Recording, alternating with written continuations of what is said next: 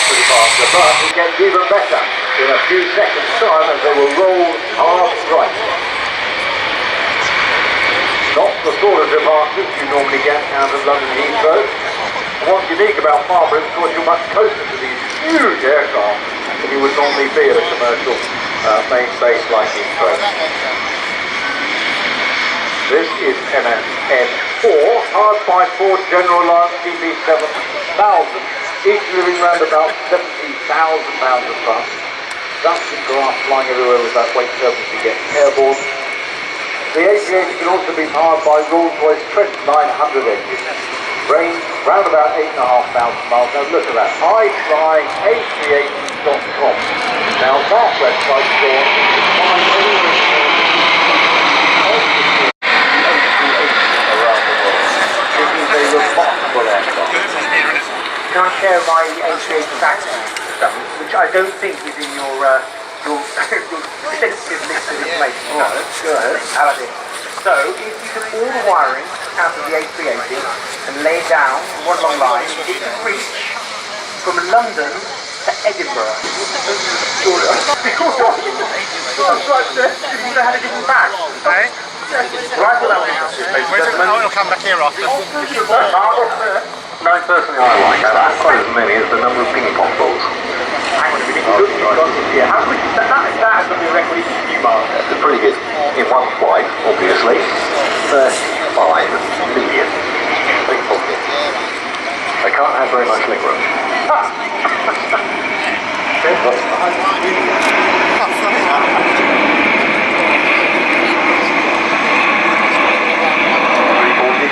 In the full class layout, 544 passengers.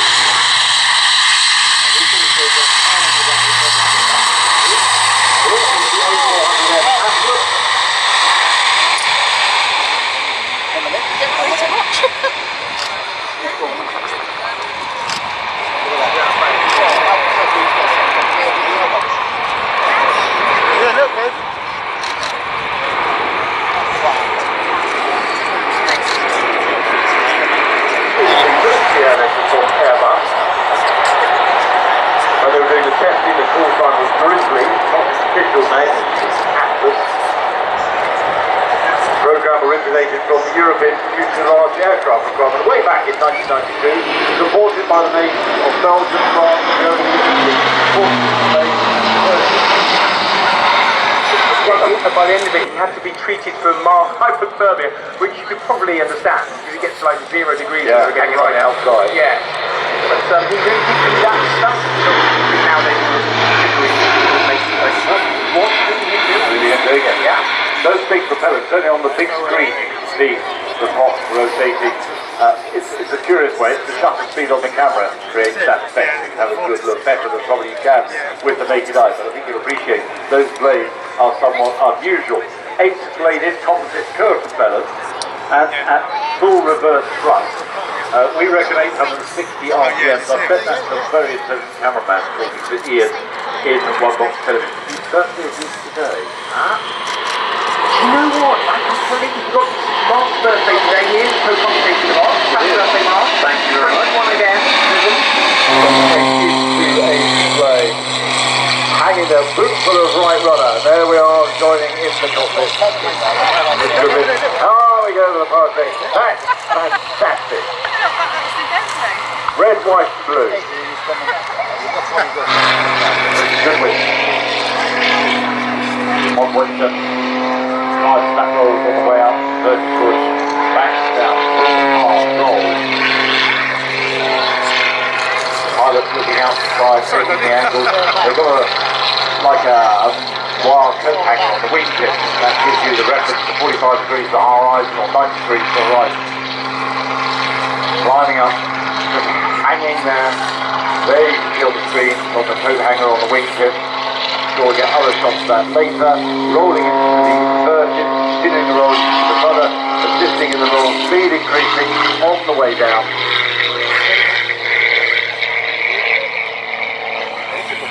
It's a very, very polished and punchy aerobatic routine. Now, the aeroplane comes from pre-war. Curtis Pritz in the United States. used as a real frontline.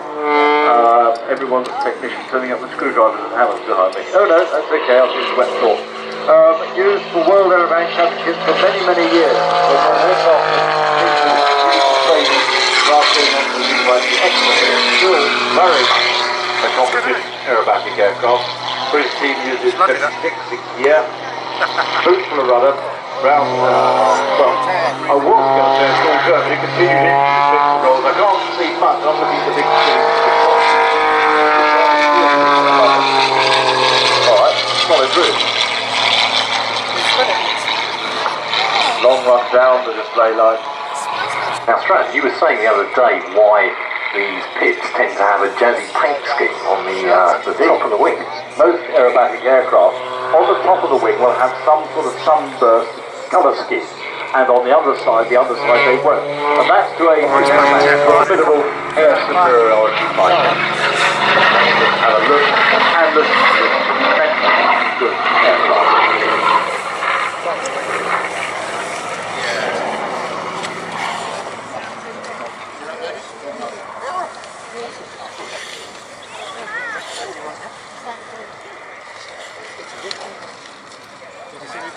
Is that what it is?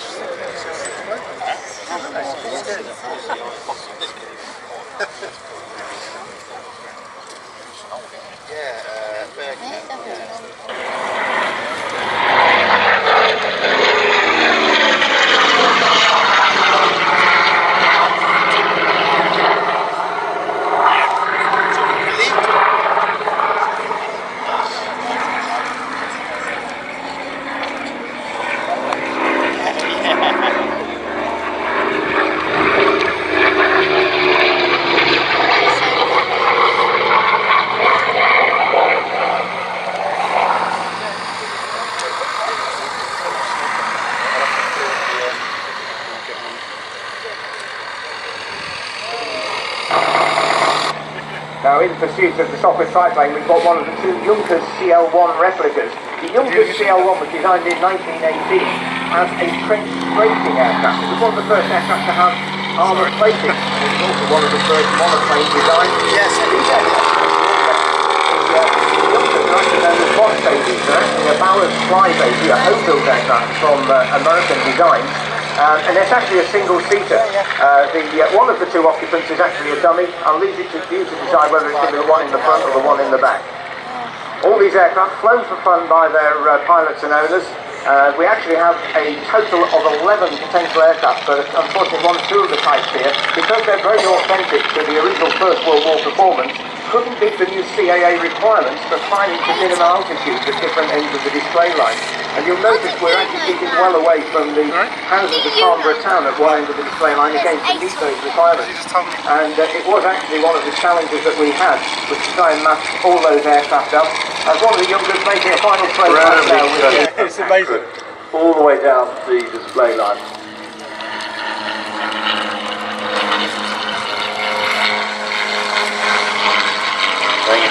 It's very reminiscent of that of an aircraft that we're going to get later on. That, of course, is the Spitfire.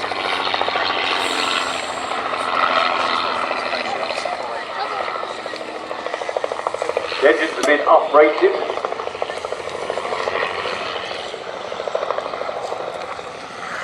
Displayed all around the world.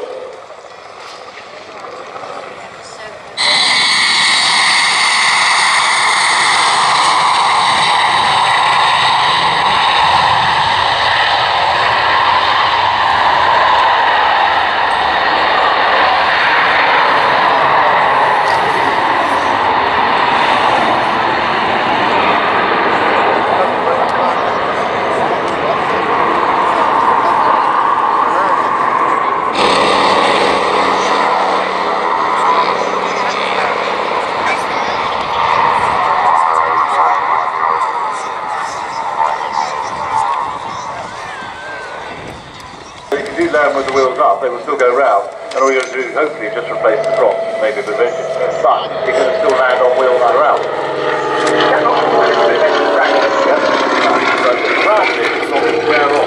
So there's a little extra, it's not a huge extra, but the extra weight of doors and the mechanism of going over the doors, putting the the gear up, close the doors, a lot of extra weight of gearing and folding. Bearing in mind it's 1930s design. Yeah. I wasn't having a go at him. He designed a beautiful plane. I was just noticing. I'll let the runway. The aerial spray system will start operating, and we'll be delivering water down the runway all the way down to the other end. It's Boeing 727, owned and operated by 2XL Aviation. That's a conglomerate. Well, it's part of a group of companies, and we've got T2 Aviation and TAG Aviation from Stansted. Own and operate this beautiful aeroplane.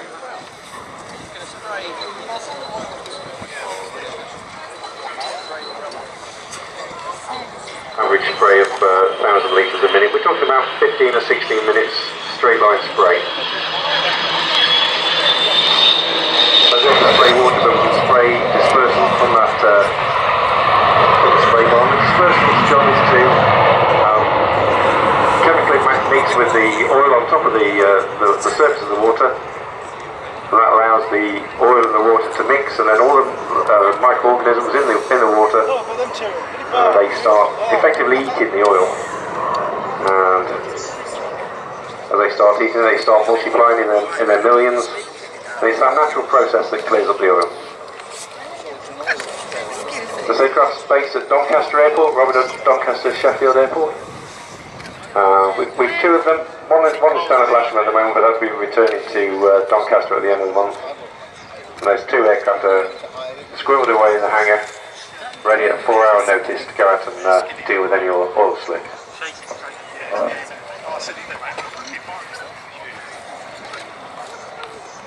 That's my role as well. I'm also a flight engineer.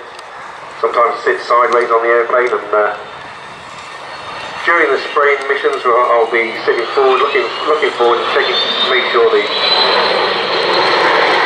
airplane is exactly there.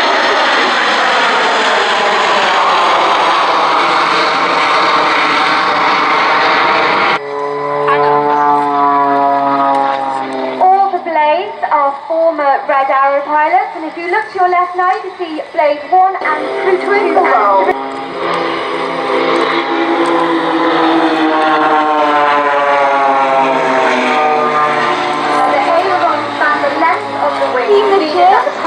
Is sponsored by Aerobytes, which is the team's title sponsor. We'd like to say a very warm welcome to Aerobytes, who joined the 2XL Aviation Group here at Farnborough today. Also sponsored by Belcom Cables and Lee Cables. I'm very proud to say that we also support Airability and the RAF Benevolent Fund.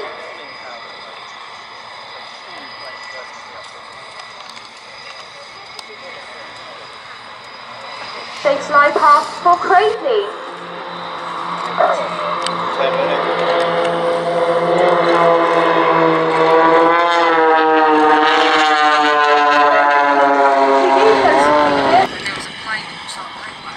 The team are pulling up now. You'll see that smoke goes on as they go into the loop.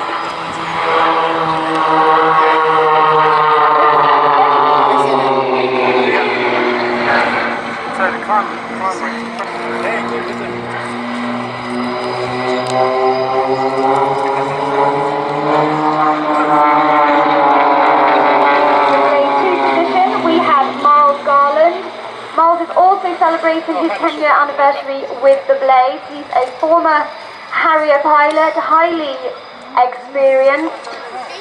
He has over 5. Now for the Blade break, this is our signature move.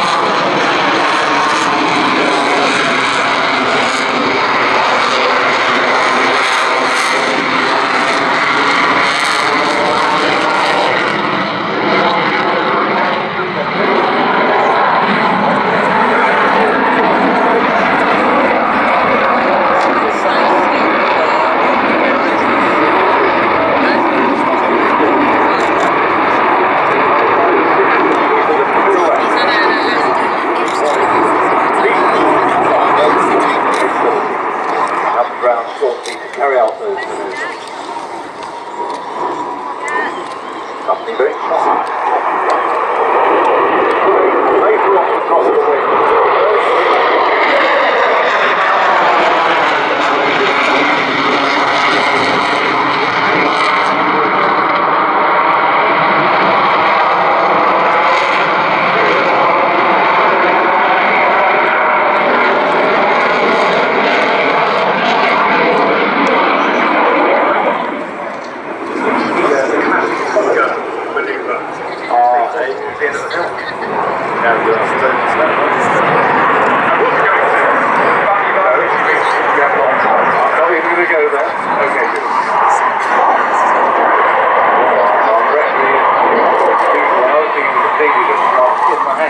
Coming through of a high angle attack.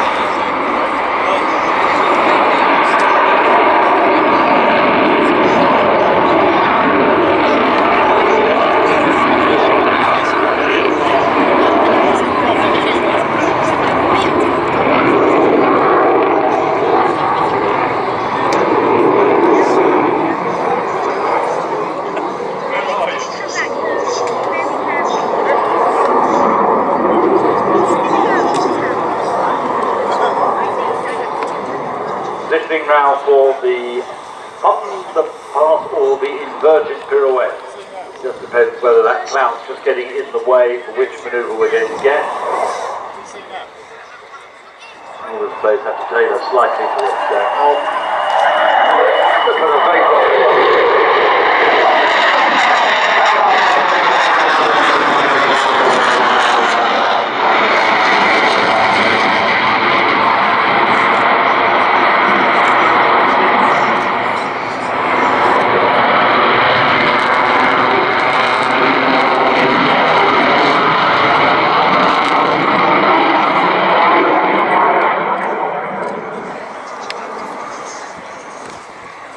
Quick look around at the cloud in order to prepare for the next move. He's going to possibly go for the square loop. The square loop done left to right. So we will just see the cloud above us.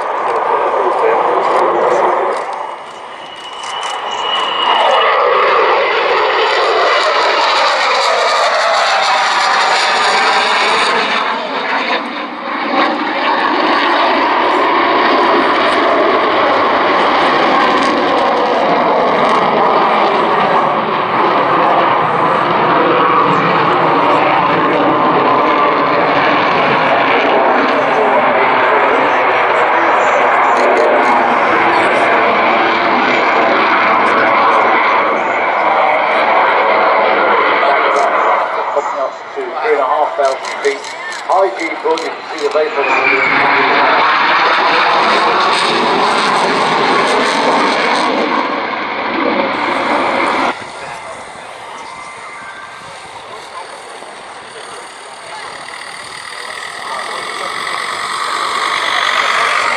Alright, ladies and gentlemen, from right to left, the F-35B Lightning II.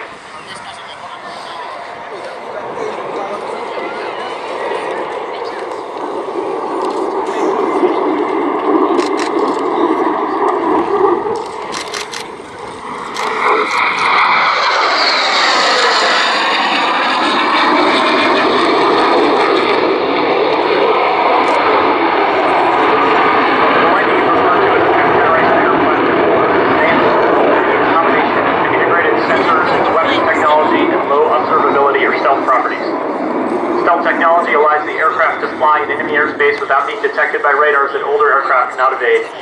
The combination of stealth features, the APG-81 active electronically scanned array radar, the electronic warfare suite, advanced optics, and the ability to carry weapons internally means that the Lightning can engage targets at long ranges while avoiding detection.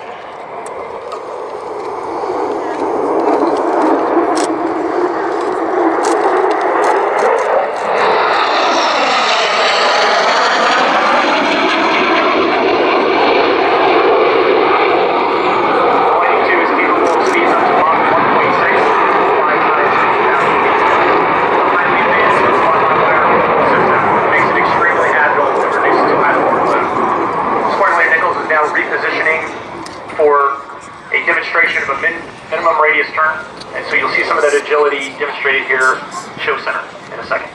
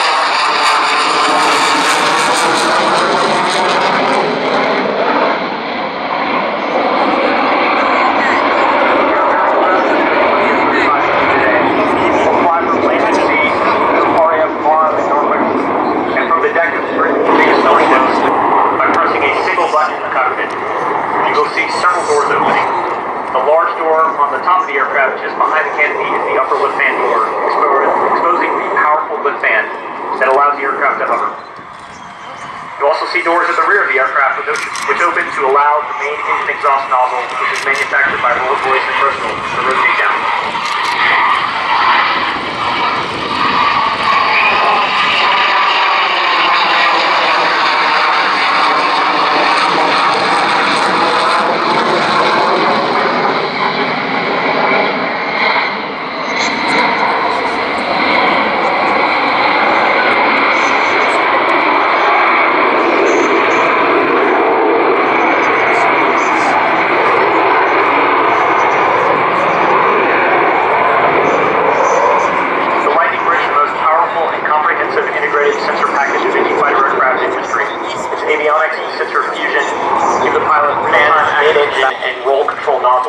Collectively generating up to 40,000 pounds of thrust.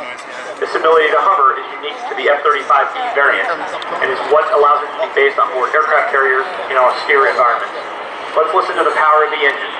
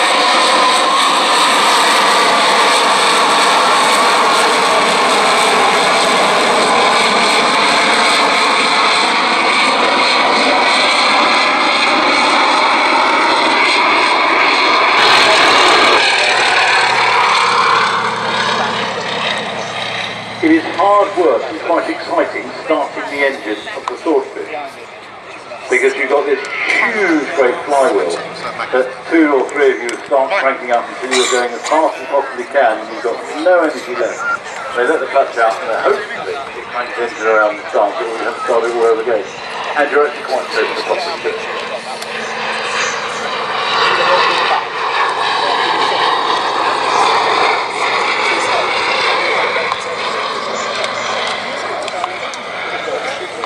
August 43, full mark. worry about that too much. 11,000 examples of this aircraft built between 1940 and 1945. 9,816 went to the United States Army Air Force, and here is the B-25. Beautiful.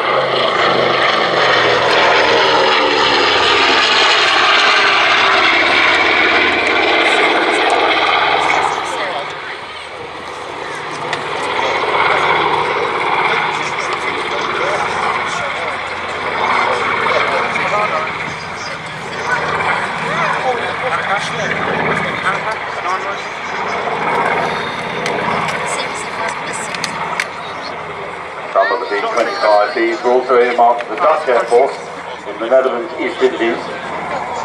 These aircraft went instead to the 13th, 19th Squadron of the 3rd Bombardment Group in Australia.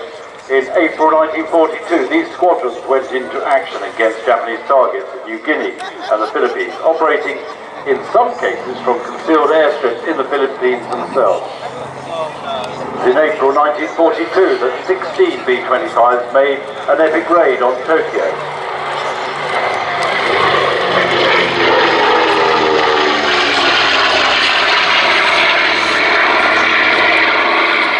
Flying off the United States Hornets 800 miles away from the target, the crew for this mission were drawn from the 17th Group and the 89th Reconnaissance Squadron. Now these aircraft had to be modified. They had to double the fuel load. The ventral turret and the north bomb sights were removed. Autopilot was fitted to send a long flight. And the guns at the back weren't guns at the back, they were wooden guns. Actually they were broom handles to discourage stern attacks. The gross weight went up to 31,000 pounds. Now these vigils were led by James Doolittle. They bombed Tokyo, Kobe, Yokohama and Nagano on April the 18th. All heavy lines onto the war against the Luftwaffe. Basically it was the Act 1 that stretched a bit and lengthened. Truly a better aircraft. First flew in 1943.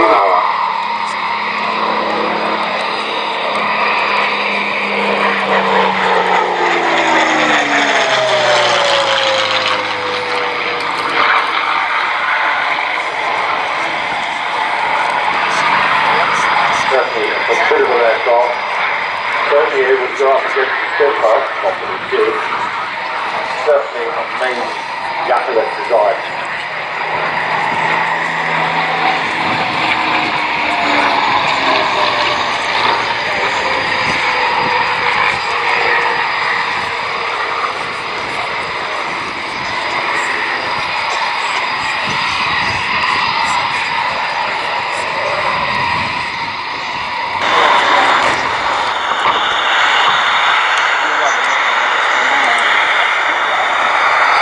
As the aircraft returns to ground centre, the crew will perform a rapid climb to manoeuvre the aircraft rapidly through what is known operation as a threat band, which is where the aircraft are most vulnerable to small arms fire.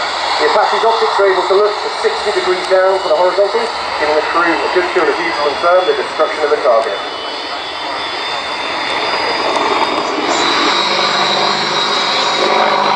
As you can see, they're now exiting the corkscrew and they're going to be performing 260 arriving to the hopper.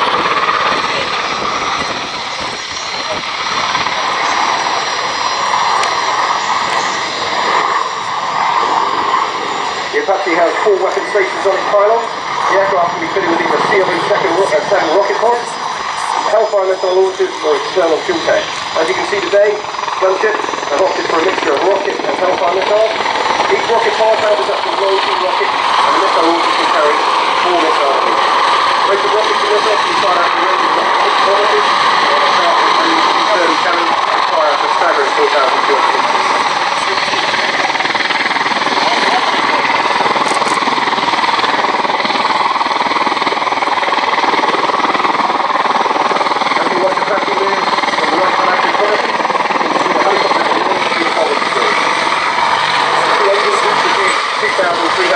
horsepower, expected to be more power than 4 Formula 1 race cars.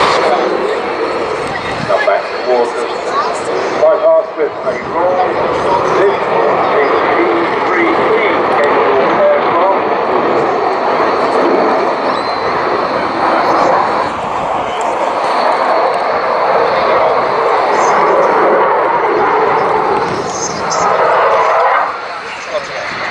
He's fully kitted up.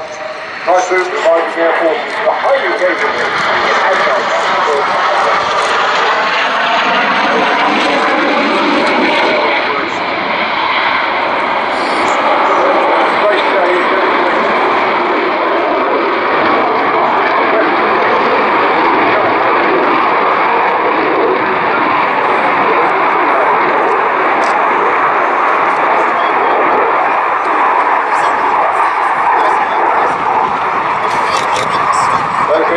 just over 20,000 pounds of thrust each with afterburner.